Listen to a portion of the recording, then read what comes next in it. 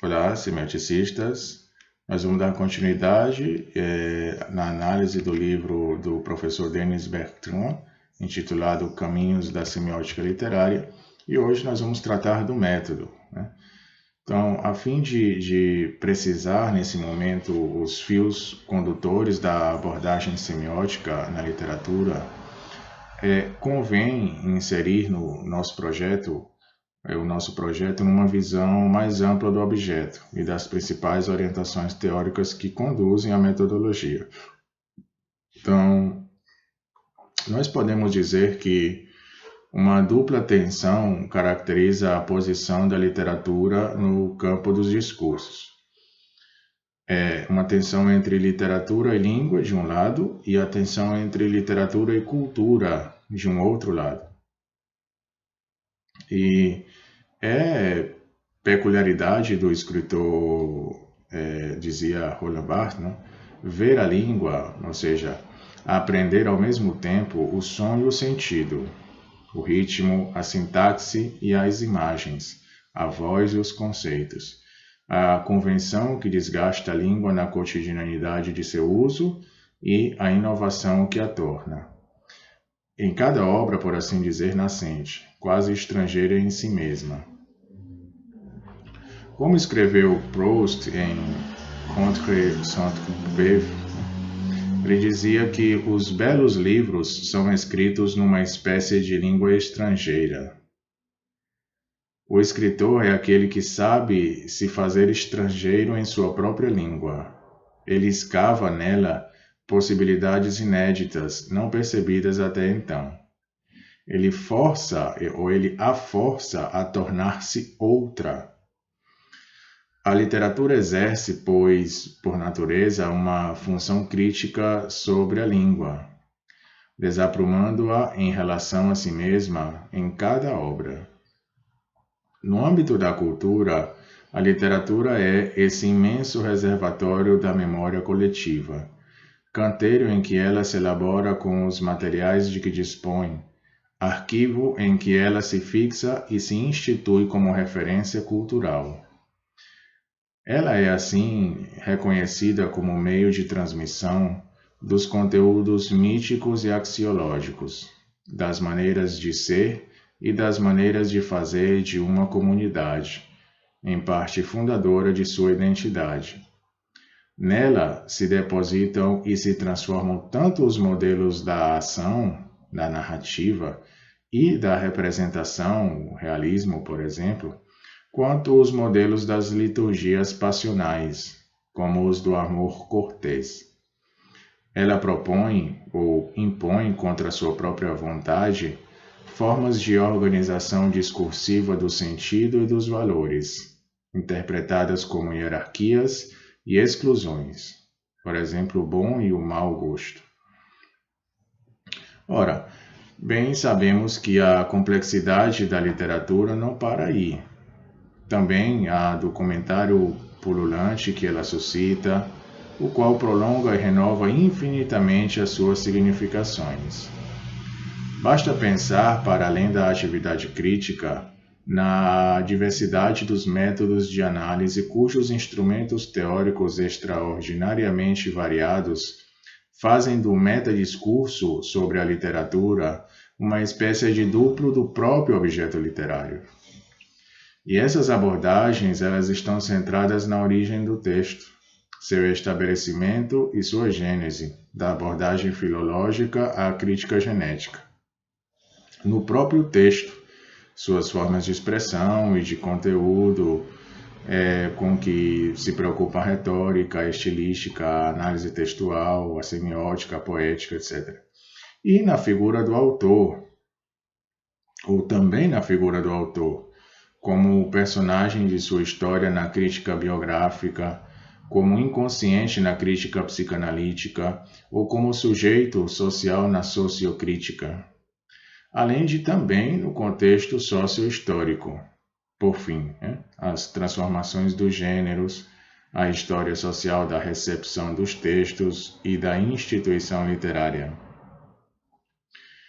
Então, entre essas diferentes propostas, convém situar as orientações da semiótica, Interessando-se aqui pelas condições da apreensão da significação, a semiótica situou o texto e suas estruturas organizadoras no centro de suas investigações, fazendo uma espécie de limpeza da situação verbal.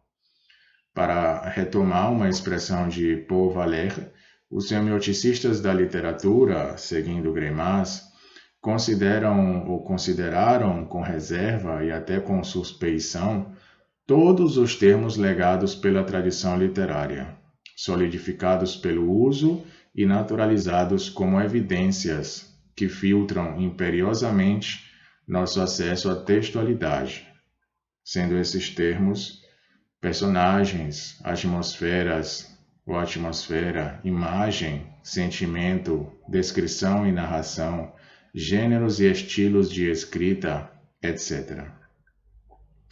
Então, rejeitando pelo menos provisoriamente noções da prática descritiva, eles quiseram fazer tabula rasa para assegurar uma certa ingenuidade do olhar ou até mesmo uma suspensão metódica do julgamento.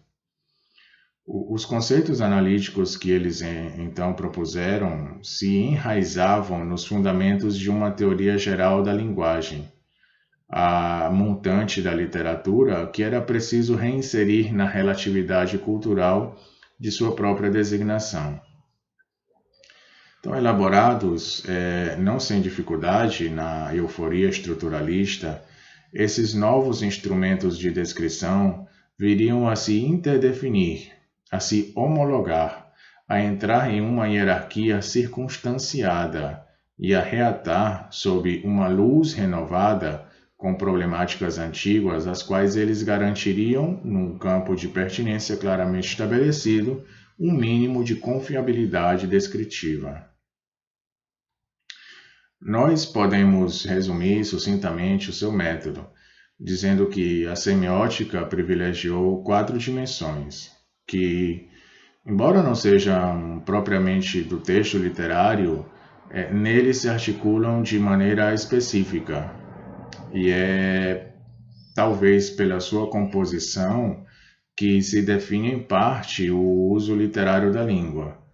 A dimensão narrativa, a dimensão passional, a dimensão figurativa e a dimensão enunciativa.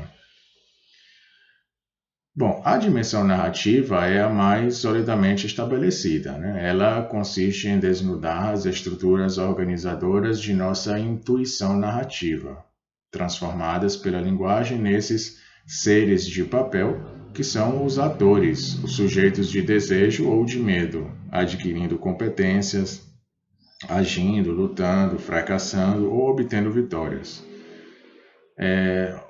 São organizações predicativas de um tipo peculiar, né? Subtendem-lhes os percursos. Né? Ou seja, as estruturas actanciais se definem por uma composição modal, que é o querer, dever, saber, poder, ser ou fazer.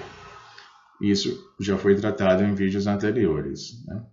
Que nós vamos, de certa forma, retomar durante a leitura e o comentário do livro do professor Denis Bertrand. Então, essas estruturas actanciais, elas se definem por uma composição modal que comanda a transformação da relação de um sujeito com objetos de valor, que são os quais ele adquire pelo combate ou pela troca, e dos quais ele é privado por depossessão ou por renúncia. E também com outros sujeitos, na mesma cena narrativa. As estruturas se desdobram em sequências que a história cultural, a dos relatos, fixou em nosso imaginário narrativo sob formas canônicas, do contrato inicial à sanção final, recompensa do herói e punição do vilão nos contos populares. O primeiro grande romance da literatura francesa, titulado Percival ou A História do Graal, ilustra de maneira exemplar essa trama. Essa dimensão narrativa, menos ou mais enriquecida e complexificada, tem permitido há muito tempo numerosas aplicações na análise dos textos. São eficazes até mesmo no nível mais elementar, mas sempre exageradamente simplificadoras, em torno do esquema narrativo principalmente. Ocorre que as estruturas da ação não esgotam, ou seja, longe disso, a organização discursiva do sentido. E a literatura ela não se contenta em pôr em discurso ações e condutas. A narrativa mostra de maneira robusta, porque sistematizável, como se transformam os estados de coisas, ou seja, a passagem da pobreza à riqueza, do sucesso ao fracasso, da posse à privação, etc. Os objetos circulam, trocam-se, perdem-se. Mas que é feito do sujeito que continua a existir no decorrer das transformações, que persiste e modula seus próprios estados, seus estados de alma, através da circulação dos objetos e dos valores que os tornam desejáveis ou temíveis? Uma possessão perdida deixa nele resíduos sob forma de lamento ou de nostalgia.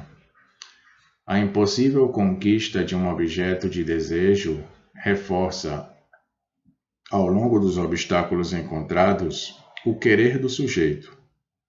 E eis a obstinação. Os objetos virtuais crescem no decorrer das adquisições parciais, dilatando o ser potencial do sujeito. E eis a ambição. E essa profusão de simulacros, cuja remanescência o sujeito passional preserva ou projeta no futuro, analisáveis na medida em que eles se tornam objetos efetivos no discurso e que a língua nomeia e organiza, levou a semiótica ao estudo dessa dimensão relativamente autônoma, que é a das paixões. Ora, a literatura é, de todas as formas do discurso social, a que em nossas culturas fixa, isola e valoriza identidades, tipos e percursos passionais. Há aí um vasto domínio de pesquisas para a análise literária, sem dúvida, mas também para a comparação intercultural das figuras e configurações do sensível. Bom, o sensível nos leva diretamente à terceira dimensão, que é a semiótica amplamente a dimensão figurativa do discurso. Bom, essa dimensão figurativa e a dimensão enunciativa nós vamos tratar no vídeo seguinte.